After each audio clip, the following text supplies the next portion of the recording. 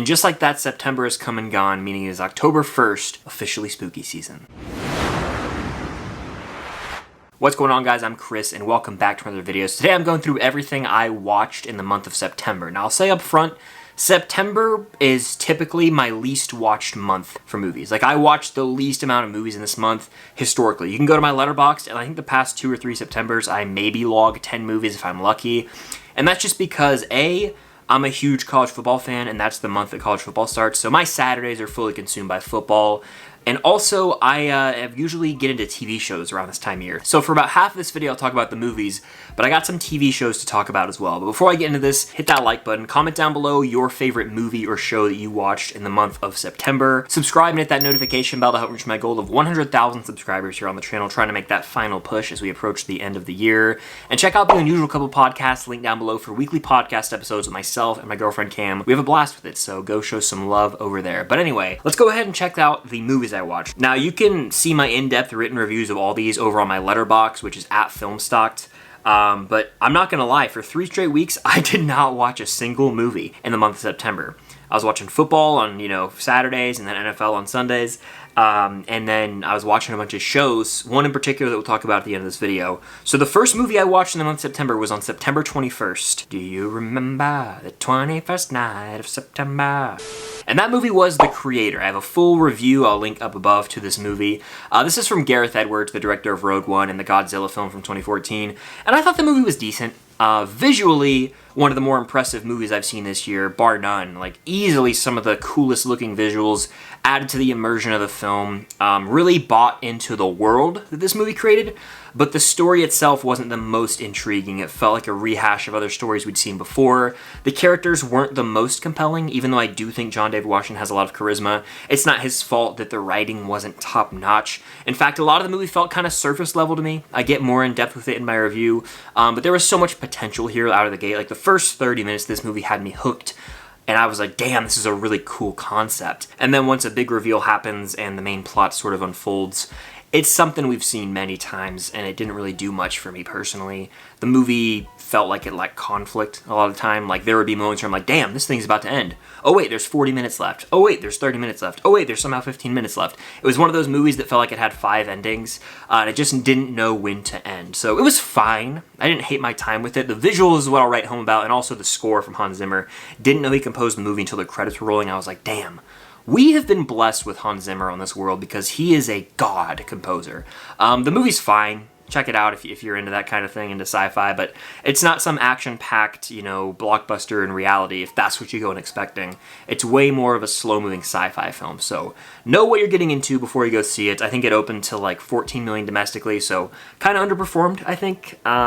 It'll probably fizzle out at the box office and be out digital in a month. That's just the name of the game. I'm not gonna lie, that's just what happens nowadays. But anyway, on September 23rd, I watched Shane Gillis' Beautiful Dogs. This is his Netflix comedy special. This was on a Saturday night at like midnight with my buddy. We'd been hanging out watching college football all day. It was right after the Notre Dame-Ohio State game, and we both had money on Notre Dame to win, and Ohio State scored with 1 second left, and we were like, that's extremely upsetting. We just lost a little bit of money, and we were like, hey, let's just throw this on. So we threw it on. It was like midnight, and we were both laughing our asses off. Like, there's nothing like getting together with a buddy or multiple buddies and watching a comedy special and just laughing your butt off. That was the case here. Shane Gillis has been all over my TikTok For You page lately. Like, the dude is truly hilarious. And he killed it here. Like, this had me belly laughing multiple times. So if you are into that kind of comedy, check it out. It's on Netflix, and I highly recommend it. I gave it the heart on Letterboxd. But then we get into September 25th, the new week. And this is when I started my Saw rewatch, which came to a halt. I'll explain why in a second, but I started with Saw, of course, one of my favorite horror films. It's a 4.5 out of 5 for me. It's just shy of a 5. Like, it's easily a top 3 horror film for me, but I can't give it that 5-star review as much as I want to because I do have little issues with it.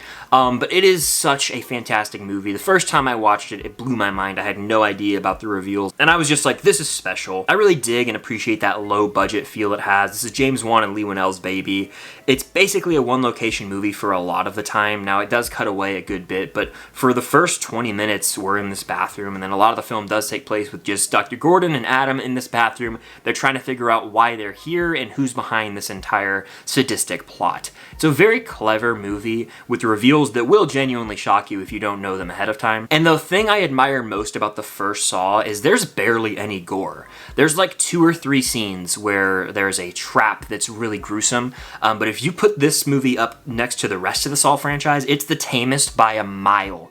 It's way more of a thriller that puts emphasis on character and story, and that's what really hooked me into the franchise. While it does have these gruesome traps, they've never really been my cup of tea. I'm here for the mystery of it all, the characters, the story.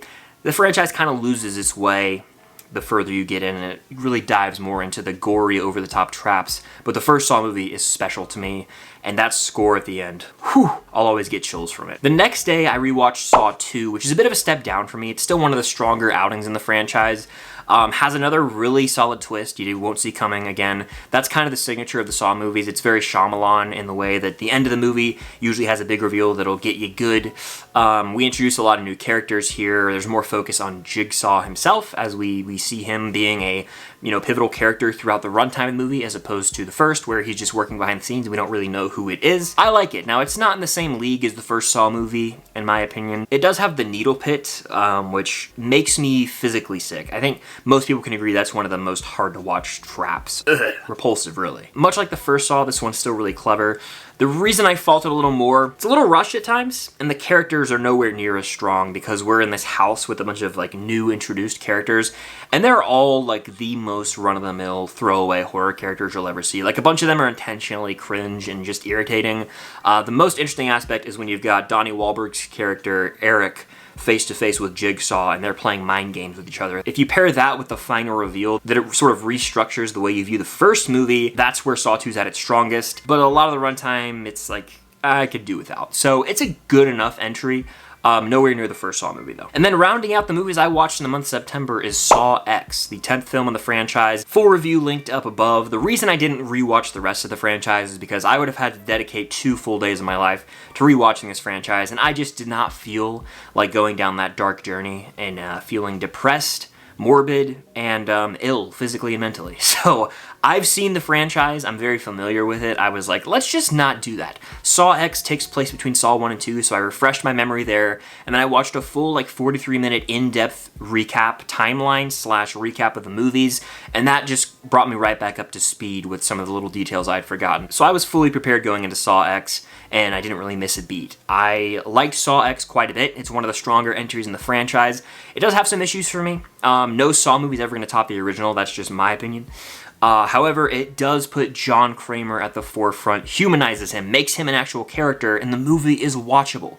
A lot of the later Saw films just got way over the top with traps and made it unbearable. This movie has an actual main story. You can root for John Kramer against some despicable humans. If you watch the movie, you know what the antics they're up to are, and they are awful people. You don't mind watching them get in these traps, honestly. As sadistic as it can get, they're terrible people. The movie doesn't have the strongest twists to me. Like, I'd say it's got some of the more underwhelming final reveals in any Saw movie. But it's a very satisfying movie as a Saw fan. One of the stronger outings, and just an actual complete movie, unlike a lot of the other films. I look at Saw 3D in particular.